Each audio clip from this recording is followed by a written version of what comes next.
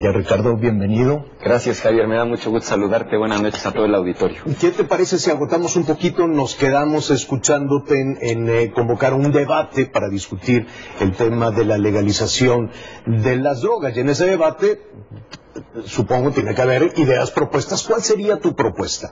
¿Legalizar sí o legalizar no? Por lo pronto la marihuana, porque dejarlo abierto a las drogas es enorme. Así es, coincido contigo.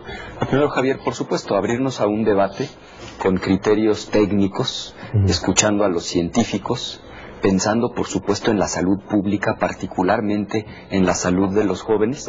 Muy poco, como lo dije hoy en la mañana, honestamente creo que en este momento legalizar las drogas no resolvería el problema de violencia en nuestro país y sí podría traer problemas de salud pública.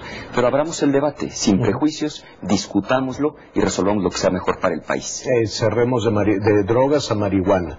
Legalizar el consumo de marihuana o legalizar o abrir al acceso a medicamentos a partir de cada video. Para el uso medicinal, Javier, lo hemos platicado tú y yo, por supuesto que sí. Para uso lúdico, para uso recreativo, me parece que tendríamos que abrir la discusión. Está ya pasando en los Estados Unidos, aunque debo ser muy honesto con el auditorio. Yo creo que en este momento legalizarla no resolvería los problemas de violencia y tendríamos que evaluar los riesgos en términos de salud pública, particularmente para los más jóvenes. Estaría, por lo que nos contestas, estaría tal vez de más, pero te lo pregunto, ¿has tomado marihuana? No, Javier, pero respeto a quienes toman esa decisión. Y si dentro de tu equipo alguien te dice, oye, Ricardo, pues vamos a fumar marihuana, ¿qué harías con ese ando muy ocupado. Compañero? No, ¿qué harías con ese compañero? ¿Seguiría contigo? Sí, o no? Por supuesto que lo respetaría, respeto la libertad de los demás, pero yo ando muy ocupado como para ponerme a fumar marihuana, mi querido Javier. Cuando estamos hablando cuando se pone este tema sobre la mesa, inevitablemente nos llega la idea del narco, que tanto dolor y tanto daño ha provocado a nuestro país. ¿Tendrías alguna propuesta si te conviertes en presidente de la República para combatir al narco? Sí, primero, Javier, entender que es de los principales problemas que hoy tenemos en México. 2017, tú lo sabes, terminó como el año con más violencia, por lo menos en los últimos 20 años. Así es. Es decir, hace 20 años que no había tanta violencia como la que hoy estamos viviendo. Y no solo son los homicidios, Javier, es la mujer, el hombre a quien asaltan en el transporte público, es la persona que sale de su casa y cuando regresa resulta que robaron su casa. Es la mamá que cuando despide a su hija o a su hijo no sabe si va a regresar y en qué condiciones. Estuve en Zacatlán, en Puebla, hace unos días. A mí, de las cosas que más me impactan, Javier, es cuando se me acerca una mamá de un desaparecido, como me ocurrió hace unos días, con la foto de su hijo en la mano, temblando, llorando. Me dijo, desapareció mi hijo hace 3 años, esto ocurrió en Tamaulipas, y me cimbró cuando me dijo, nada más imagínese usted, yo tengo 3 hijos, Javier, que usted llevara 3 años buscando a uno de sus hijos y que no lo pudiera encontrar. Estos niveles de violencia, porque detrás de los números que son fríos, hay historias de profundo dolor. Esto ya es absolutamente insostenible. Tenemos que cambiar la estrategia. Yo la propongo en 2 grandes ejes, Javier, para recuperar la paz y la tranquilidad. Primero, el eje preventivo. Hay que atender las causas más profundas del problema. Promover el deporte, la cultura, que haya empleo, que haya prosperidad, oportunidades y sobre todo el tema de la educación. Educación, oportunidades de educación, particularmente para los más jóvenes. Y segundo, Javier, enfrentar el problema pero con una estrategia diferente. Primero, no solamente buscar descabezar, sino desmantelar las organizaciones criminales con verdadero trabajo de inteligencia. Hay que duplicar el tamaño de la Policía Federal. Hay que profesionalizar, Javier. Por increíble que parezca, no se ha hecho. Las policías en el país que estén bien pagadas, que sean confiables, que realmente estén del lado de la gente, no del lado de los delincuentes. Hay que dar estímulos a los buenos policías y, por supuesto, correr a los malos elementos. evitar que las armas lleguen a los delincuentes. Abro un pequeño paréntesis, esto implica replantear nuestra relación con Estados Unidos. No sé si la gente lo sepa, pero cada año entran de Estados Unidos a México, tú lo sabes muy bien, 200,000 armas de manera ilegal. Y por supuesto, seguir apoyándonos, Javier, del Ejército y de la Marina, en tanto contemos con policías que sean verdaderamente confiables, que estén bien preparadas y que tengamos la certeza que están del lado de la gente. Es una absoluta prioridad, yo diría ya con nivel de urgencia, el cambiar la estrategia y recuperar la paz y la tranquilidad, que las familias vuelvan a vivir con seguridad en nuestro país. Voy a trabajar incansablemente para lograrlo. Nos dices cambiar la estrategia, aunque esta propuesta se parece a lo que hemos escuchado. El control de confianza para los policías, si se plantea el mando único, en fin, hemos escuchado en varias ocasiones el tener mejores policías, mejor equipados, mejor pagados, y hoy tenemos municipios que ni siquiera tienen un solo policía, o que tienen 3 o 4 policías sin posibilidad de enfrentar al crimen organizado. Tienes toda la razón. Y déjame decirte 2 cosas. La primera, por increíble que parezca, Javier, llevamos 10 años hablando de esto y no se ha hecho. Yo invito a que la gente vea las cifras que publicó esta organización de la sociedad civil, muy confiable, muy profesional, Causa en Común. Prácticamente, Javier, ninguna policía del país cumple con todos los estándares de profesionalización que están establecidos en la ley. Es que ese es el problema de los políticos, que luego son muy buenos para echar rollos, pero las cosas no suceden, no se aterrizan. Necesitamos, como decimos coloquialmente, pasar del dicho al hecho. Y segundo, en este tema en particular no tenemos todos la misma propuesta. Mi planteamiento, por ejemplo, es muy diferente del que tiene Andrés Manuel López Obrador. Tú sabes, él ha estado planteando una amnistía, es decir, perdonar a los criminales, perdonar a los delincuentes. Estoy absolutamente convencido de que eso primero no resolvería el problema, sino al contrario aumentaría la violencia. Y te doy datos concretos. Eso de perdonar a los delincuentes, haciendo un trato con ellos, pensando que así va a bajar la violencia, lo intentaron, por ejemplo, en Colombia, hace más o menos unos 25 años, también en El Salvador. Los resultados fueron un desastre, Javier. Porque cuando se le da tregua al crimen, se reagrupan, se fortalecen, y lejos de disminuir la violencia termina aumentando. Entonces no estamos todos proponiendo lo mismo, y el reto, Javier, es hacer que las cosas sucedan. Para mí será la máxima prioridad recuperar la paz y la tranquilidad en el país, que las familias vivan seguras, que vivan tranquilas. Mira, particularmente quienes lo resienten de manera más cruda son las mujeres. Los feminicidios en los últimos 2 años, Javier, aumentaron 70%. No podemos seguir así. En materia de seguridad necesitamos un cambio profundo, absoluta convicción, firmeza, inteligencia, fuerza para resolver este problema y que las familias puedan vivir en paz. Castigo. Absolutamente, Javier. No, porque la justicia es fruto de que se haga valer la ley, no de la impunidad, no de perdonar a los delincuentes. Vamos a tener paz cuando haya justicia. Por supuesto que tenemos que aplicar la ley. Ahora, no basta solamente con la fuerza. Necesitamos acciones preventivas, ir a las causas más profundas del problema, que los jóvenes tengan oportunidades de empleo, oportunidades de trabajar. Mira, por eso, entre otras cosas, me da tanto coraje que haya tanta corrupción en nuestro país. Políticos ladrones robándose el dinero de la gente, habiendo tantas necesidades. ¿Cuántos jóvenes, Javier, se quedan sin la oportunidad de seguir estudiando porque no hay una beca disponible? Y sí hay recursos, el problema es que se lo están robando políticos corruptos. También tenemos que acabar con la corrupción, que a su vez es origen en buena medida de los problemas de inseguridad que tenemos en el país. Ahorita entramos al tema de los corruptos, pero me llama la atención que en las propuestas de seguridad se habla de alinear a las policías, de equipar a los policías, de tener buenos policías, y de pronto tenemos también un sistema oscuro en la parte judicial, y digo, en el terreno de los jueces poco sabemos los ciudadanos lo que por ahí sucede. Tenemos hoy un sistema penal acusatorio que parece una puerta giratoria. Este es un punto fundamental. ¿Qué harías si te conviertes? Tienes toda la razón. Una modificación, Javier. Hoy quienes son detenidos portando armas de fuego no ameritan prisión preventiva. Entonces, literalmente, como lo acabas de decir, es una puerta giratoria. Los detienen, e inmediatamente resultan liberados. Conozco muchísimos casos, me lo dice la gente con frustración cuando recorro el país. Pero eso lo puede hacer un presidente. Hay que modificar la ley, Javier. El presidente tiene derecho a presentar iniciativa.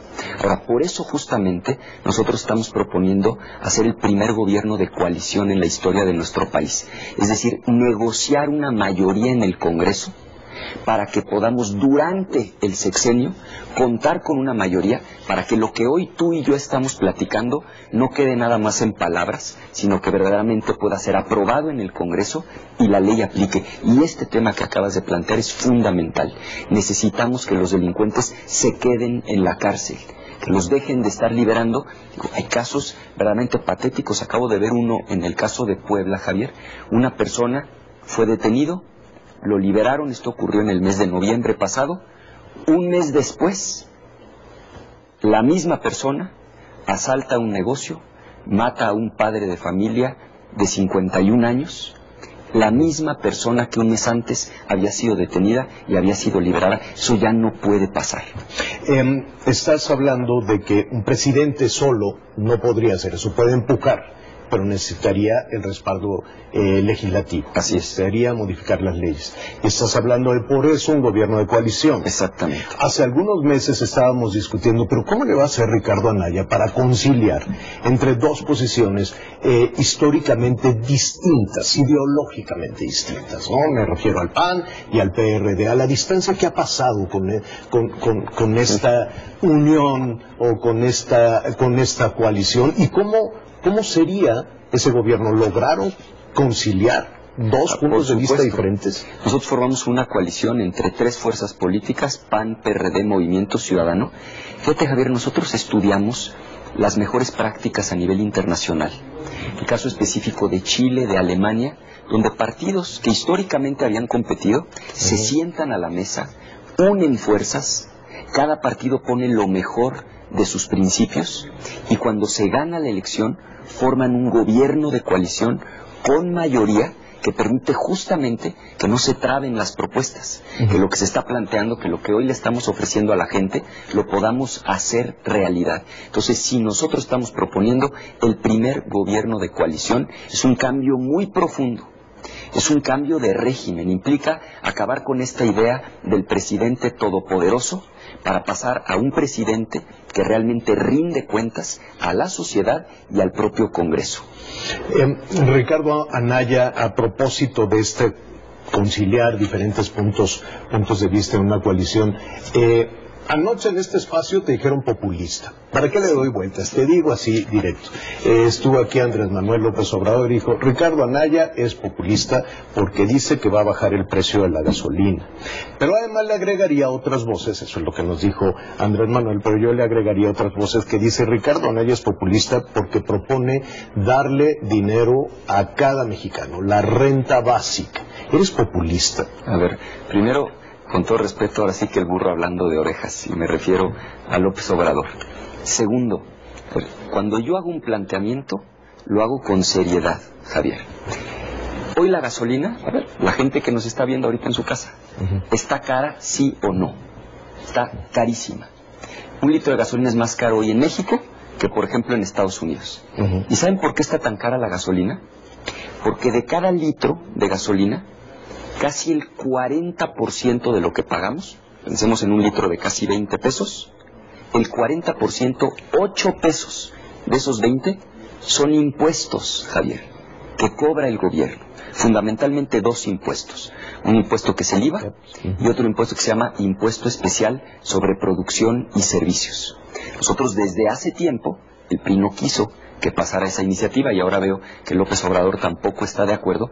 Lo que sostenemos es, bueno, es razonable que haya un impuesto, sí, pero no casi del 40%, no 8 pesos de cada litro que vale prácticamente 20. Es un absoluto abuso. Estando la economía como está, Javier, por supuesto que no estoy de acuerdo en que se cobren tantos impuestos y por supuesto que estoy planteando que tiene que bajar el precio de la gasolina. Pero eso ¿bajas el precio de la gasolina quitándole uno de esos dos impuestos? Quitando una parte del impuesto especial sobre producción y servicios. Es absolutamente factible y por supuesto que lo voy a hacer de ser presidente de la República. ¿Y te alcanzaría para la renta fija? ¿Cuál es el nombre de tu propuesta? El ingreso básico universal, Javier. Ingreso básico universal. Es algo que se está discutiendo en muchas partes del mundo.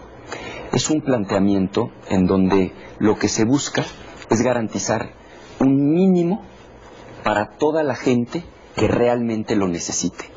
Déjame darte un dato. En México, Javier, hay 10 millones de personas que viven en pobreza extrema. Sí. No en pobreza en general, pobreza extrema, Javier. Eso no es ético, es moralmente inaceptable. Vivir en pobreza extrema es no tener lo suficiente ni siquiera para comer. Gente que no come 3 veces al día, gente que sufre para darle de comer a sus hijos. Por supuesto que necesitamos un planteamiento audaz para acabar con la pobreza extrema en el país.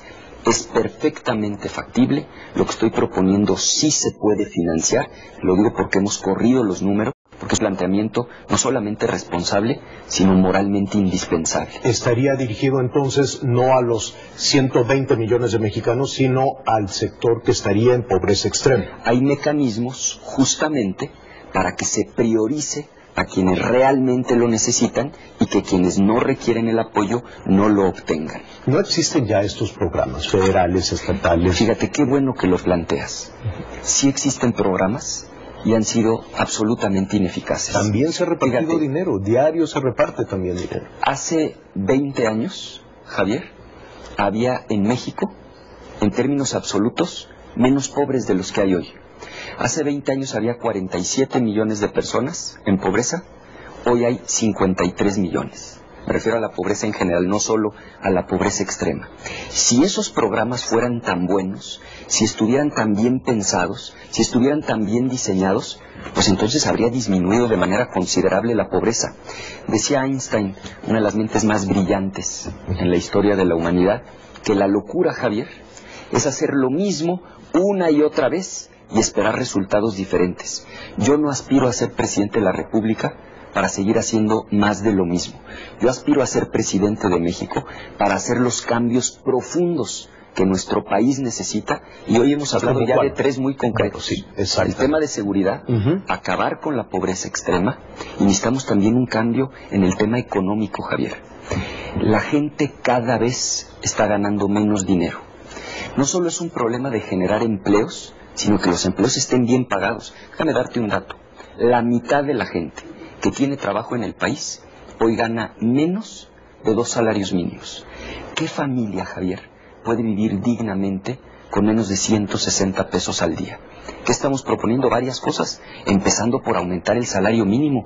Oye, Javier, no es justo que tengamos uno de los salarios mínimos más bajos de todos los países de América Latina.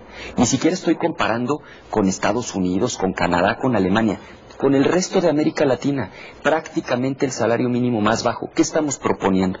Aumentarlo de inmediato a 100 pesos y en el transcurso de los primeros años del gobierno, aumentarlo al doble. Es absolutamente factible. Los países donde se ha hecho han tenido buenos resultados. No basta con aumentar el salario mínimo. También necesitamos promover el crecimiento económico, y ahí hay otra diferencia importantísima con Andrés Manuel. Tú lo has dicho en tu noticiero, tanto en el radio, en la televisión, trae un pleito enorme con los empresarios.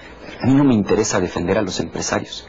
El problema es que cuando en otras partes del mundo, quien aspira a gobernar, no se diga, cuando alguien ya está gobernando, se pelea de manera frontal con los empresarios, con quienes generan empleos, les ha dicho que son una minoría rapaz.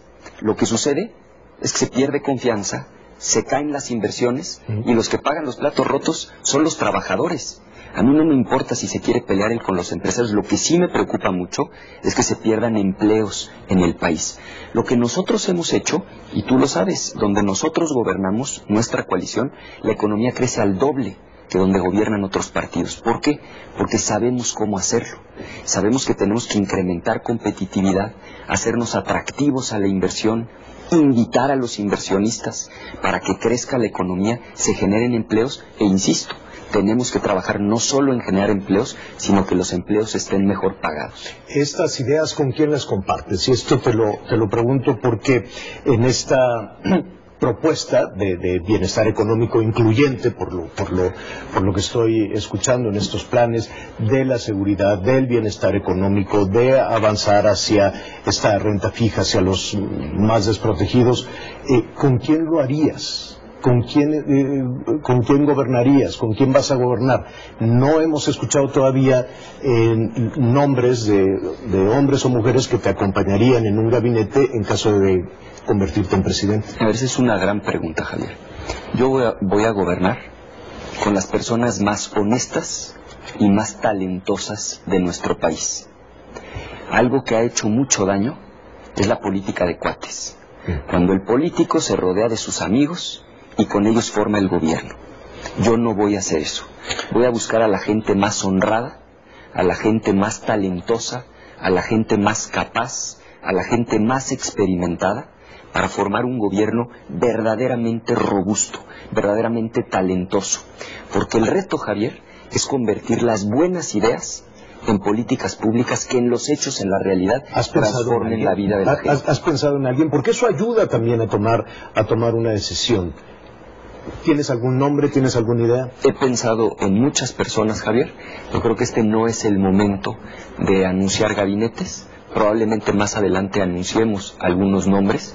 Creo que lo fundamental ahora es el compromiso, la convicción de acabar con esta política de andar gobernando con los amigos y con los cuates y buscar realmente a la gente más talentosa de nuestro país. Y así lo voy a hacer. Hace algunos años, y evidentemente el país ha cambiado, el perfil de los candidatos también ha cambiado, pero fue inevitable acordarme, en su momento le pregunté a Vicente Fox, y recurrió a un headhunter. ¿Tú harías lo mismo? ¿A un buscador de talento para encontrar a las personas más talentosas e integrar tu gobierno? No creo tanto en esa figura.